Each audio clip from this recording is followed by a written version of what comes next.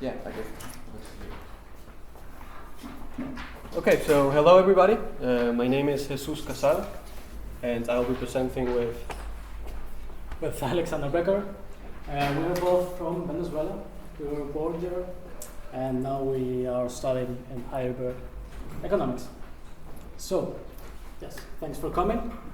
We're going to talk about the crisis in Venezuela, and we want to illustrate. A second, please. All right. So we want to illustrate what is happening right now, and we want also to explain how we got there. And talking here in Students for Liberty, we will especially emphasize on freedom, and especially economic freedom and political freedom.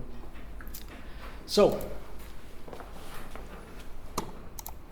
okay, 6 months ago, a leopard head was found in one of Venezuelan streets. There is no official report, but it's highly probable that people got into the zoo and killed the animal in order to eat it.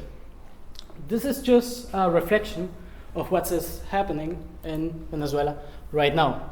Millions are starving, and the United Nations has estimated that 4 million people have fled from the country since the crisis started.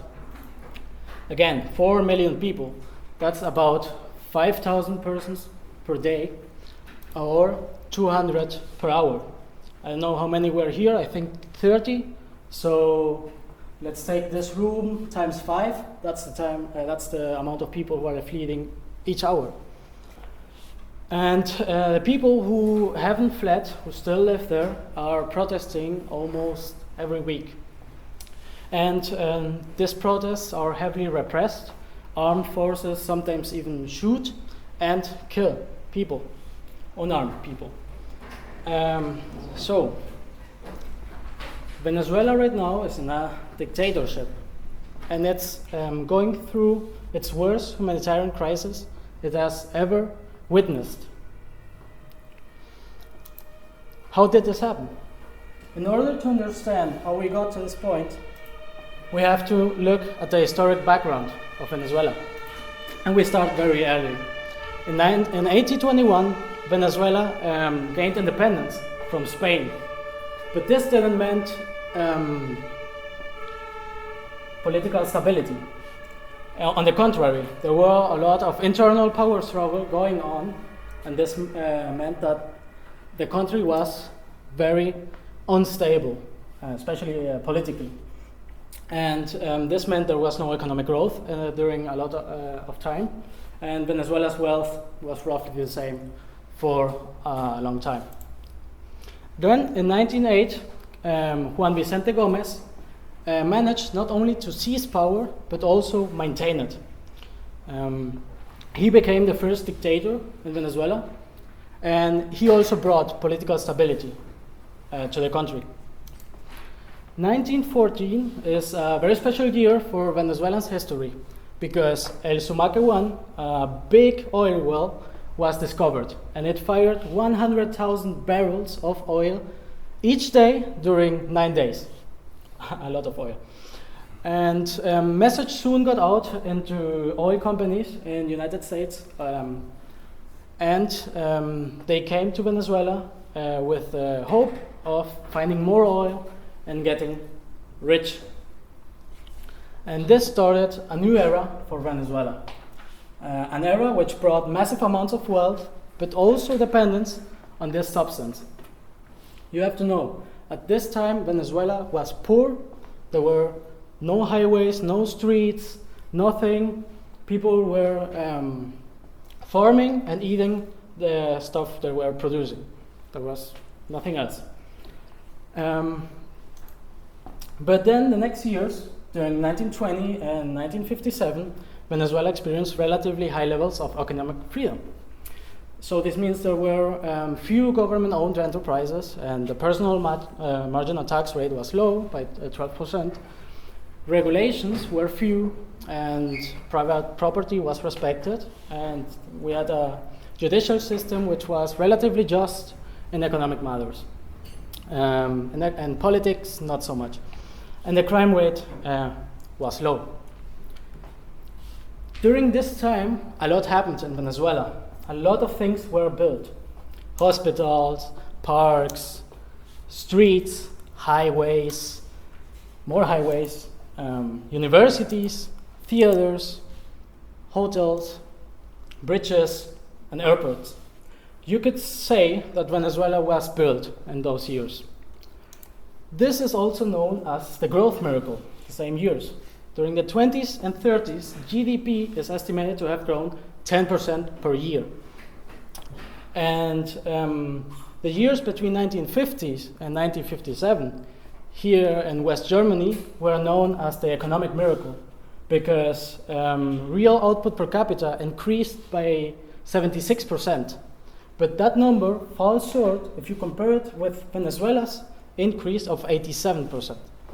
So Venezuela wasn't as rich as Germany at that time, but it was growing faster. But then, something new, a new era, the democratic era started in Venezuela. Finally, people had a voice in politics and could vote.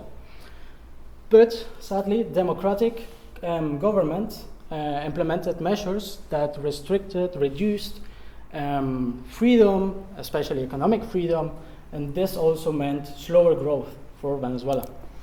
An example of the measures it implemented: restriction on European and Latin American immigration, the creation of OPEC, which is the oil cartel, and CBP, a government company in oil reserves. Also, an economic planning agency was founded. There were agrarian reforms and redistribution of agricultural lands. The marginal income tax was tripled to 36%, and a lot of controls: rent controls, exchange rate controls, and price controls. But if we compare it with other Latin American countries, Venezuela was still very free, and it still was growing. For example, Venezuela had an economic freedom index of 66 points, one of the highest in Latin America at that time. And also, if we look at the distribution of Venezuelan population during 1945 and the 70s, we see that a lot of people moved from rural areas into urban cities. This also meant higher life expectancy for Venezuelans and general higher life standard for the people.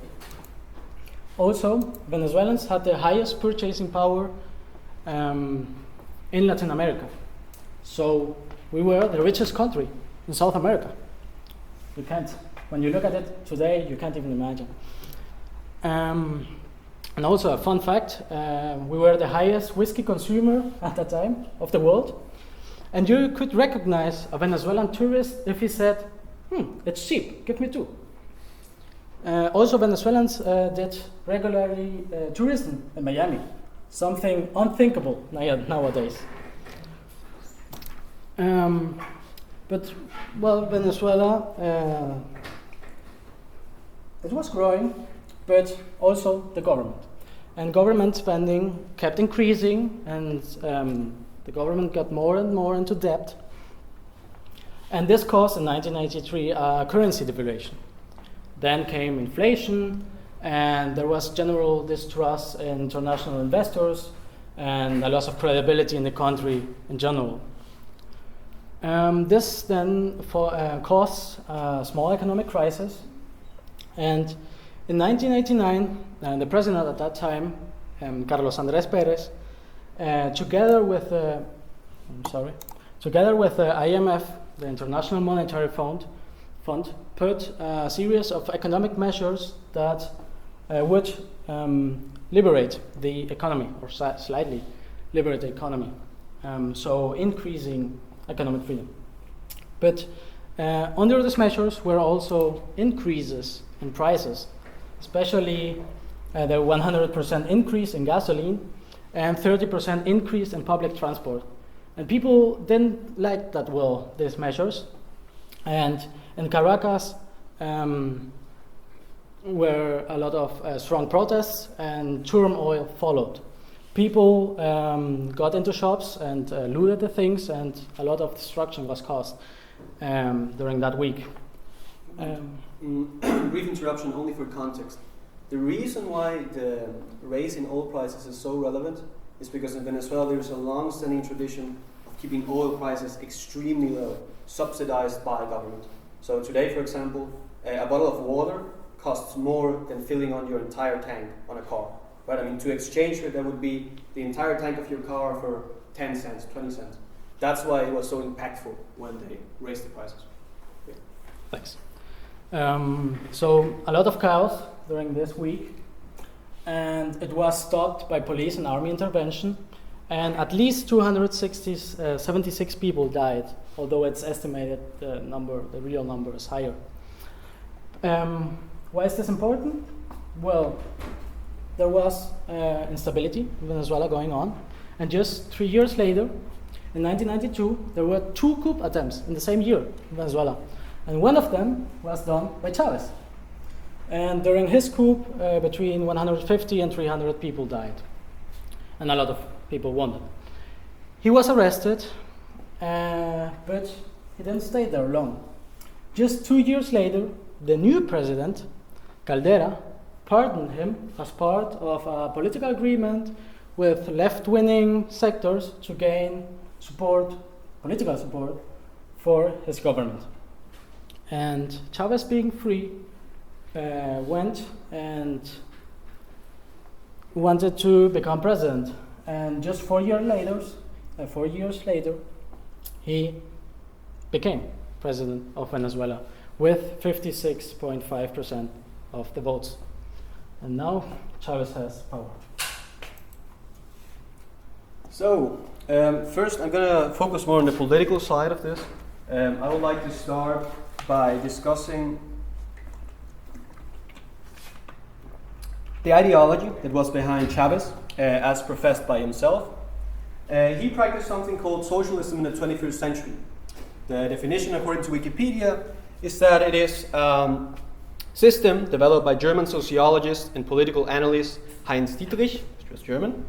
And he argued that free market industrial capitalism and 20th century socialism have failed to solve urgent problems of humanity, like poverty, hunger, exploitation, economic oppression, sexism, racism, the destruction of natural resources, and the absence of a truly participative democracy. I will come back to that.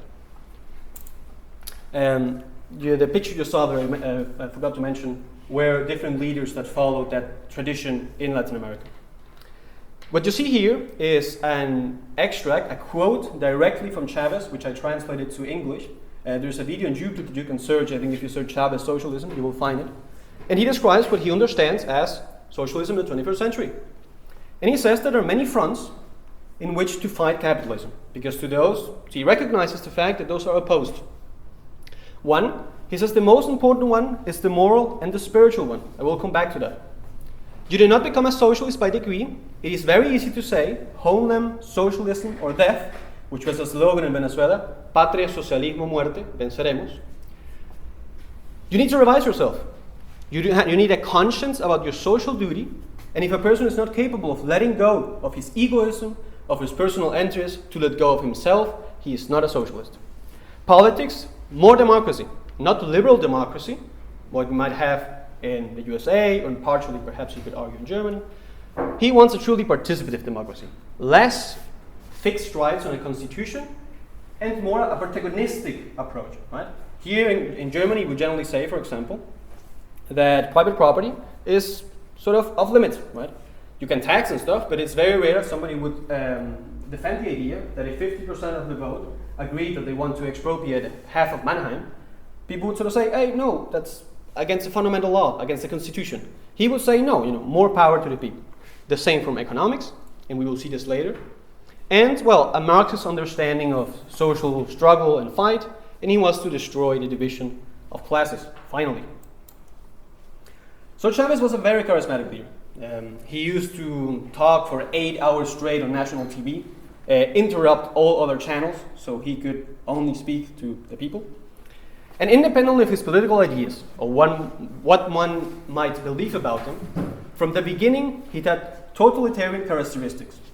For example, right at the beginning, he changed the role of the government to a much more active one than before. There were massive amounts of regulation and state intervention in the economy.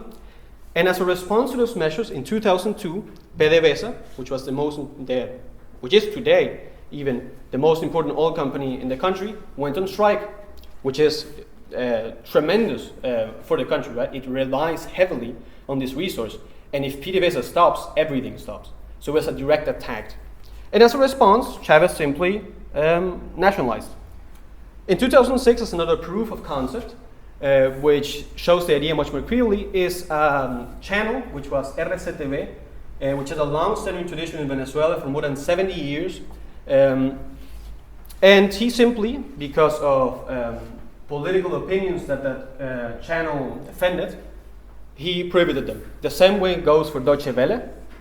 What's important to know about Deutsche Welle is that it's a private, so it's not a national channel, so you really have to pay privately to see it, and still it was prohibited. The Inter-American Court of Human Rights ruled that this was a clear violation of free speech, and Chavez's response was simply to abandon the Inter-American Court of Human Rights. Maduro later ratified this. This is not a strange occurrence. There are many treaties regarding justice and human rights, which Chavez and Maduro simply rejected.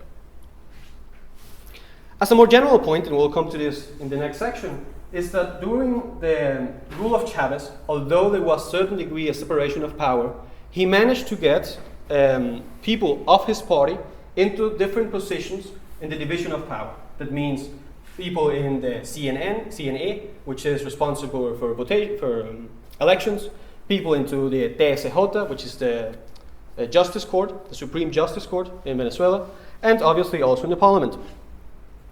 And in 2011, he was diagnosed with cancer. And he said, on national TV, as he always did, that Maduro was going to be his successor. He's going to be his son, and he's going to put forward the social revolution that he has fought for. And in 2013, after he died, Nicolas Maduro was elected. He's the current president of Venezuela. Maduro won the elections against Capriles, an opposition leader, with about 50% of the vote. This election is heavily disputed. There are votes from the exile, people who were in exile, which is a big amount in Venezuela, were not counted. Additionally, the opposition demanded that because of how close the call was, it was less than 1%, that the votes were counted again. The government refused to do this till this day. They have never been counted again. And one turning point, and now we come more to the actual situation when it comes politically to Venezuela. In 2015, there were elections, parliament elections. And the opposition won with 2/3 of the votes, which means that they get ultimate control over the parliament. And this new assembly would go into office in 2016. And here we see the control that Chavez had in this different that Maduro had, in the different sections of the division of powers. And what they basically did is they said, well, when the new parliament comes into power, they're going to be able to designate people to the Supreme Justice Court. And because we know it, what they did is they fired or forced them to go into pensions, the people that were actually in the Supreme Court, as quick as possible, so that before the term is over, they could put new people close to their government into the Supreme Court Justice, which is clearly unconstitutional. And they did this. Not only did they do it, but the intent is obvious because of what happened afterwards. In the exact day that the new assembly was founded, the Supreme Court Justice ruled that it was unconstitutional because two of the people who were actually in this assembly were said to have committed fraud in the election. No proof was given, no trial was made, still they will remove. I will remember that if you are on an assembly, you have an impeachment right. You have an right. There has to be a special procedure so that you can even be sued because of your situation as somebody in the assembly. So, and lastly, after all of this, after the assembly was completely shut down by the Supreme Court Justice, every single measure that was taken by the assembly was simply ignored. No, it goes against the Constitution in all sort of convoluted ways. And Lester even said, you know what, the assembly, if it does not recognize the Supreme Court, we do not recognize them. They stopped paying for 2 years, they have not been paid the people who had in parliament, and the parliament was basically ignored, which is a direct sign of negating those people who voted for the assembly. It is a negation of democracy, it is a negation of the will of the people. If this was not enough, in 2016-18, another elections were made. Elections under even more fraudulent circumstances, so fraudulent that almost the entire international community recognized them as such, and the opposition didn't even participate in those elections. Still, Maduro says that he is a legitimate president because of these elections. What you see here is a graph which shows you the development of economic freedom in Venezuela. And what I'd like to point out to you is the graph that you see on the right, where you see the correlation between political freedom and economic freedom. It starts at the top right and it goes down continuously. And the point is that this has been going at a steady rate. It has been going together. Why? Because the more control in such a regime, in such a dictator's regime, they have for the economy, it means that they have more resources and more ways to make people vote for you. Alexander will touch on this, but an example would be we buy houses and we give them away if you belong to our party. You can get a carnet de la patria, which is a little plastic thing that you get if you are supporting Chavez. And if you have that little piece of plastic, and only if you do it, you get certain products cheaper, or you get a car or something like that. And he used this to get popular support. So, yes, Jesus just explained how Chavez and Maduro, or the socialist government in Venezuela, has been getting more and more political power. And now I'm going to go back the years when it started and look at the economics. So, when Chavez took power, oil prices kept rising. This was good for him, perfect. So government revenue would also increase because he nationalized the whole oil industry. So all the money he got went to the government. So what did he do with that money? Well, maybe we saw it became into dictatorship, but maybe not everything was bad. The first year he started social programs, which he called misiones. And basically he would gift things to the people, to the poor, to help them. Here we see a building built by the government, and we see on the right a signature of Chavez. It's not political at all. He also had other programs where he would gift cars to the people or sell them really, really cheap. A lot of cars went into the military. Also, nothing political here that a president gives things free to the military. And yes, also in education, we had improvements at that time. For example, Chavez created canteens where kids in public schools could eat. And this measure was really successful, you could say, because the next years, a lot of new children attended schools because they had food for free, so parents sent them to school so they could eat. And also computers were gifted to children. So Venezuela was doing fine. It was growing, GDP per capita was growing, and it really looked very, very fine. And a lot of people noticed it and said, yes, you see, socialism works.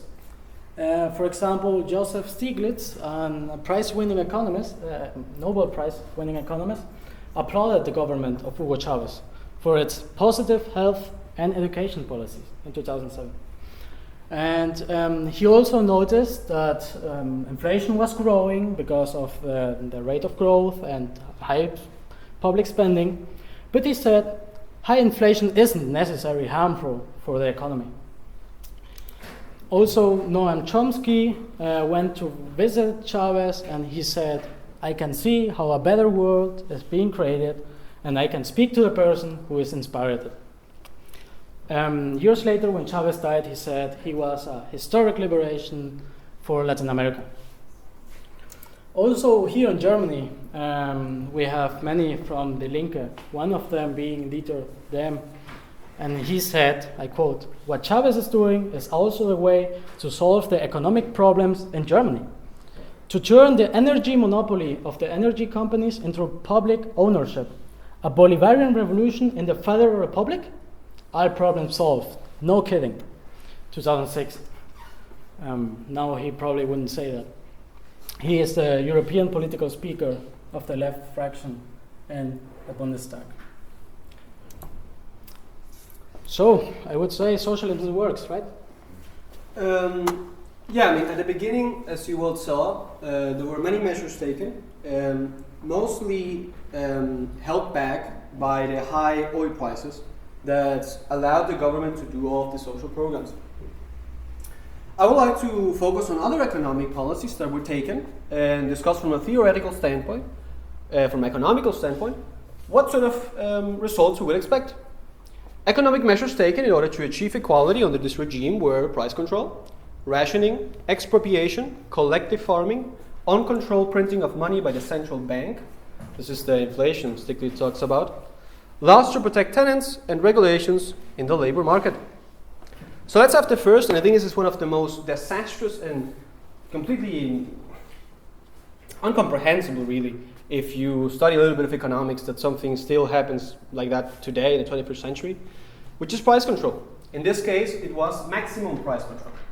For example, milk was a product that, it's important. If you have a baby, milk, it's good. So the government said, well, everybody should have it and should have it to a very low price. And the greedy capitalist, that's the word, that's the language they use, that's why I'm repeating it. The greedy capitalist, they want to exploit the people, so we're going to put a maximum price control. You cannot sell milk for a price higher than 100 bolivares, for example, which is the currency in Venezuela. So what you need to remember is that if we have 50% inflation per month, you need to update that number, right? Because if you don't, the production costs are going to keep on rising, and nobody's going to produce milk. And that's exactly what happened.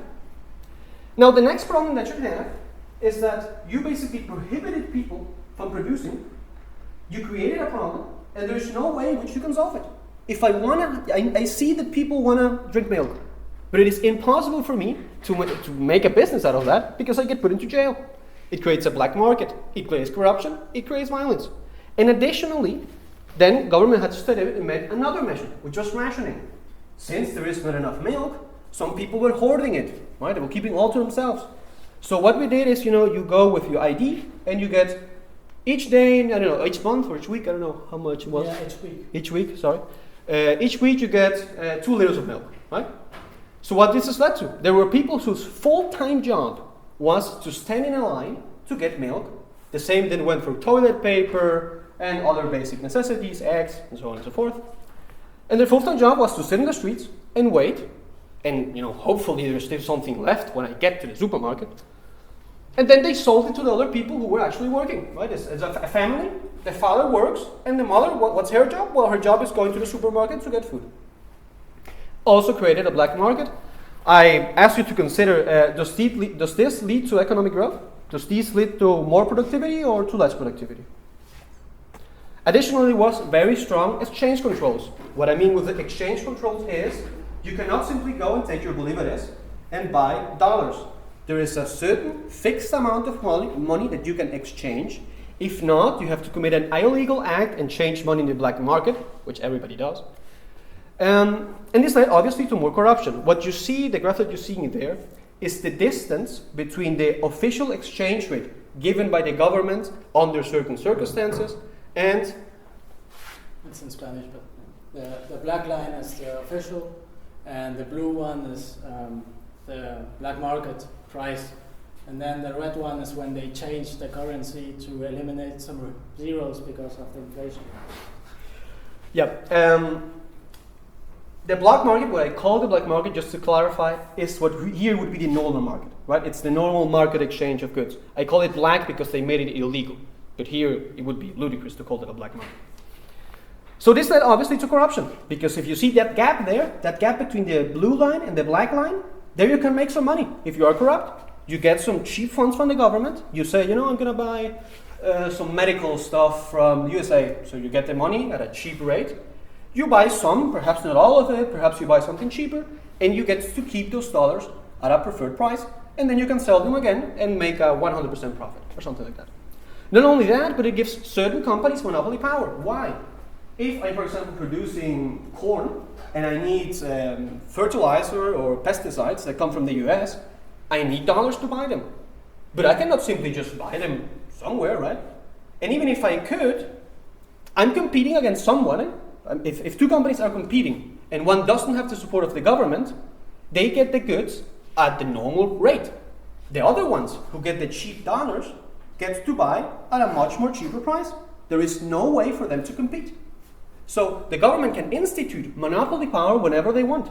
And this was one of the reasons that this measure was taken, because it gave the government control over virtually every big company in Venezuela without directly having to intervene into them.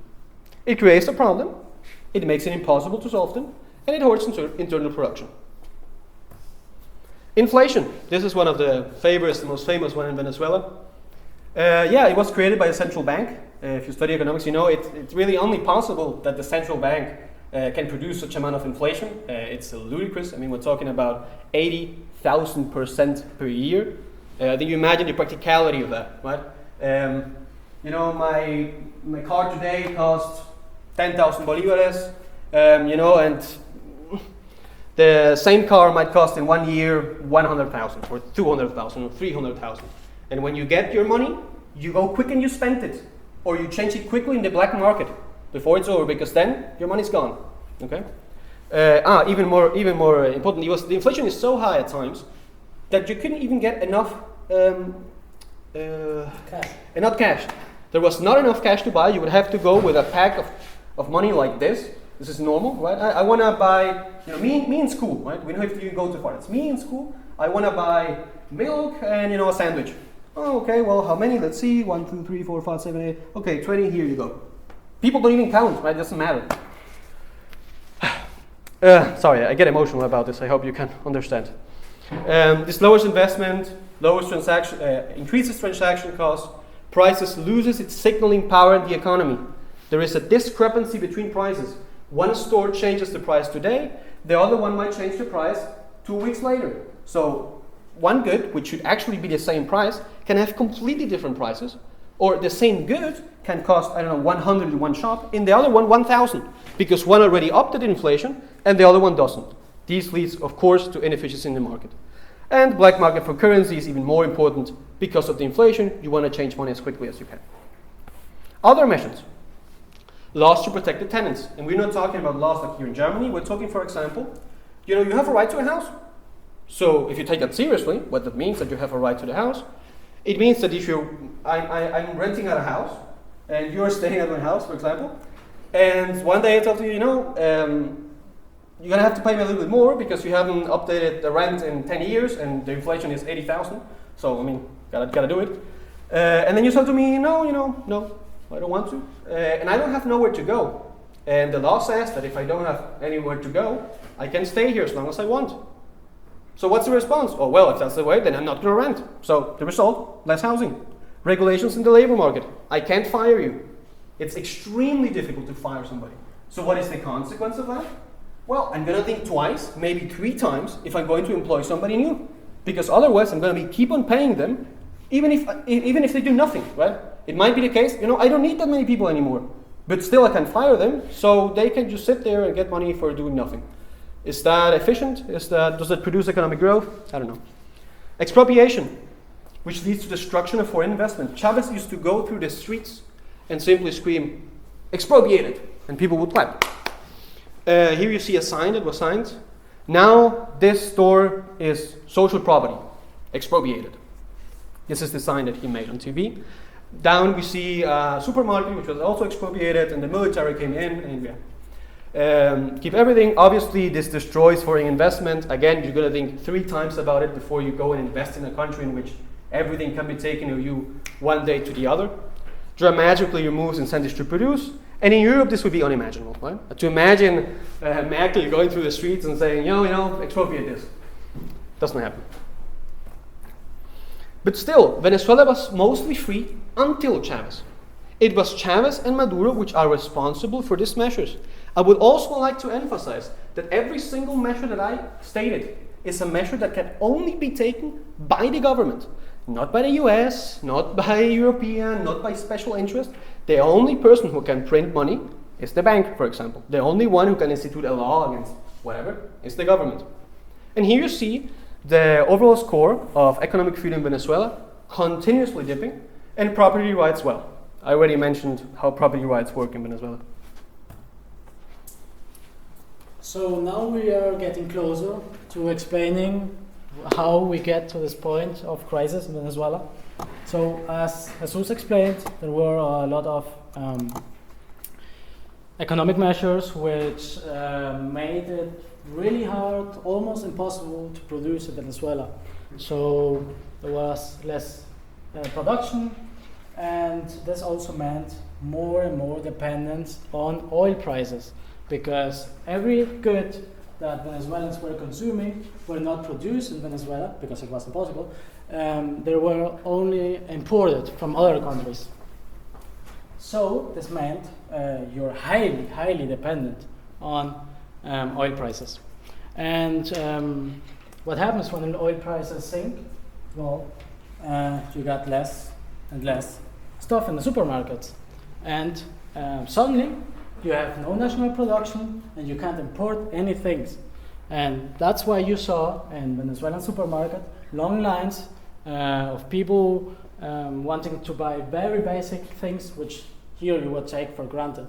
For example, toilet paper. So yes,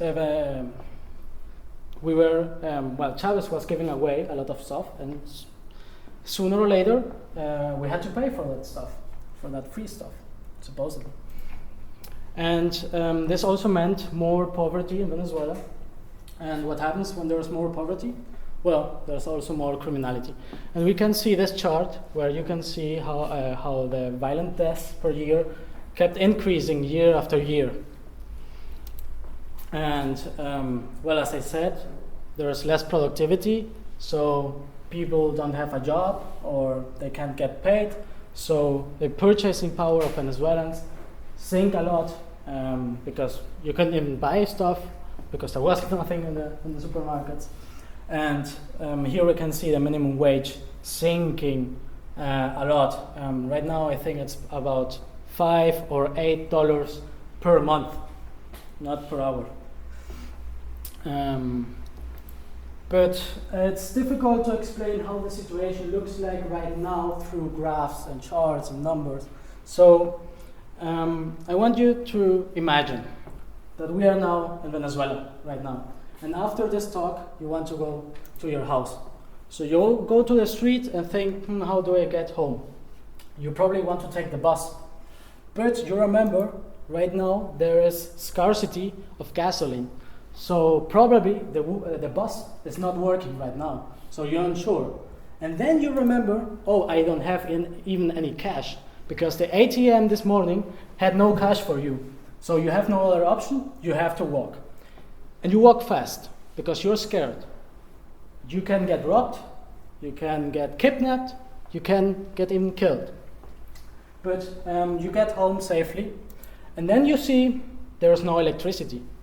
You live on a 10th floor, and you can't take the elevator. You have to take the stairs. Finally, you get into your apartment, and you're sweating, you're exhausted, and you want to take a shower. But when there is no electricity, there is also no water, because the water pumps are not working. But this is not unusual. This is nothing new. You knew this would happen. It's normal in Venezuela. So you put some water in the bucket. You save some water. And, you take the shower with this bucket. This could actually count as a cold shower, and cold showers are healthy, so you could say it's healthy, right? Good. So, let's say next day you want to buy some bread. So you will go to the bakery, and on your way home, you see people searching for food on the trash. This is also nothing new. You have seen this every day. This doesn't even surprise you anymore. And then you get to the bakery, and you see there's not much bread. And you see the price of bread has doubled. So what you could buy yesterday is only what you could buy now is only half of what you could buy yesterday. And everybody you see is kind of angry or suffering. The baker, for example, is really stressed out because he can't find medicine for his child. And you get very, very sad. But you get even more depressed when you remember that all your friends have left the country. You can't even message them because internet connection is really, really bad. So everything is getting worse. And, well, only the climate is kind of good. You have 25 degrees, it's not snowing or anything, so government hasn't managed to destroy that too. But everything else is extremely bad. It's getting worse. And there is no hope anymore. That's reality in Venezuela for many Venezuelans right now. And what I'm trying to communicate to you is don't take for granted the standard of living you have here right now. We took it for granted. Once we were rich too. And we took it for granted and we just gave it away. This is the first part of our presentation. This part was factual. We were presenting facts as it is and with very few opinions about us. And now we want to give our interpretation or maybe make you question some things to this point. So a common question you would ask after this presentation is, was it Chavez's fault or was it maybe the system who created the necessary conditions to make these consequences a reality? Well, the fact is that socialism was tried for the first time in Venezuela. It was tried in the Soviet Union, it was tried in China, and it was tried in Cuba, and it's still in Cuba. So it was tried in different continents, it was tried in different countries with different cultures, and in all, the result was almost the same. Extreme poverty, starvation, and death. So, yes, no, your turn. So I'm going to tell a little story. It happens to be that in economics, experiments are sort of difficult, but sometimes we get what we call a natural experiment. And in Latin America, we have a very interesting one, which is the case of Venezuela and the case of Chile. It happens to be that in Chile, there was also a socialist leader with very similar policies to that of Maduro and Chavez. Also price controls, also regulation, exchange, and so on and so forth. Nationalization, all of that. And at that time, Chile was one of the poorest countries in Latin America. Venezuela, at a roughly similar time, was the richest country in Latin America, which is the time that Alex described.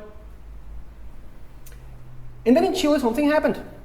There was a dictatorship, partly because of the US. I'm not trying to justify that in any way. I'm just looking at the economics, right? That's another completely different question. And they instituted policies that went towards economic freedom. For those of you who know about economics, those were the school of Milton Friedman, Chicago boys, they were called. And they came and they instituted those policies. And what happened is that Chile became, from an economic standpoint, the freest country in the world. And because of that, until this day, Chile is the freest, from an economic standpoint, the freest economy in Latin America. And it happens to be, and I would argue this is not a consequence, it's also the richest, by far. By every measure that you take, it is one of the most successful countries in Latin America. I'm not only talking economically, I'm talking about education, I'm talking about health, I'm talking even about equality. Chile is more equal than Venezuela. Venezuela, on the other hand, well, we know what happened. Economic freedom sank, and Venezuela is today the poorest country in Latin America. Way poorer than Chile ever was, I might say. So they sort of switch places. Interesting. But this is not an example, this is not just a simple example that I can tell you. It is a general trend. This is more well recognized in economics, the relationship with economic freedom and standard of living, GDP, of entrepreneurial dynamism. It is not a consequence that those countries that have greater economic freedom see more economic growth and more economic development. Here you see the graph. And although there are some 3 outliers at the top, I'm pretty sure those are the Nordic countries, and they have oil, so it's sort of a special treat.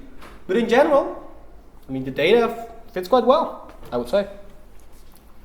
So I would argue that from an economic standpoint, there is no discussion to be had. I mean, it's crystal clear. When you institute these policies, we know this very well, this is economics 101, when I say something like price control. The results are the countries get rich. And when you oppose that, when you say no, you don't get to build, you don't get to produce, you don't get to sell at that price, that's not fair. We also know what the results have been. And I would invite you to think about it. Look at the data, look at the case of Venezuela, look at the case of Chile, and question yourself. Why did they get rich, and why did the other get poor? Why did they die? Why do people like me and Alex have to leave their country and study somewhere else? Because I don't want to die. I don't want to go one day to the streets and, get killed or kidnapped like my brother did. I don't like that. So, the reason we say this is there's still a debate going on about socialism and capitalism. And we just showed you the statistics about economics. And it's clear, in economics there is no debate. The issue is a moral issue. We still, to this point, think that capitalism is immoral, it's selfish, it's bad. And we, Jesus and I, don't agree with that. We think capitalism is moral. But there's no time right now to explain that. And we have podcasts, and you can find it on YouTube. And in the next week, we want to make that content, make the arguments why we think capitalism is moral. Thank you.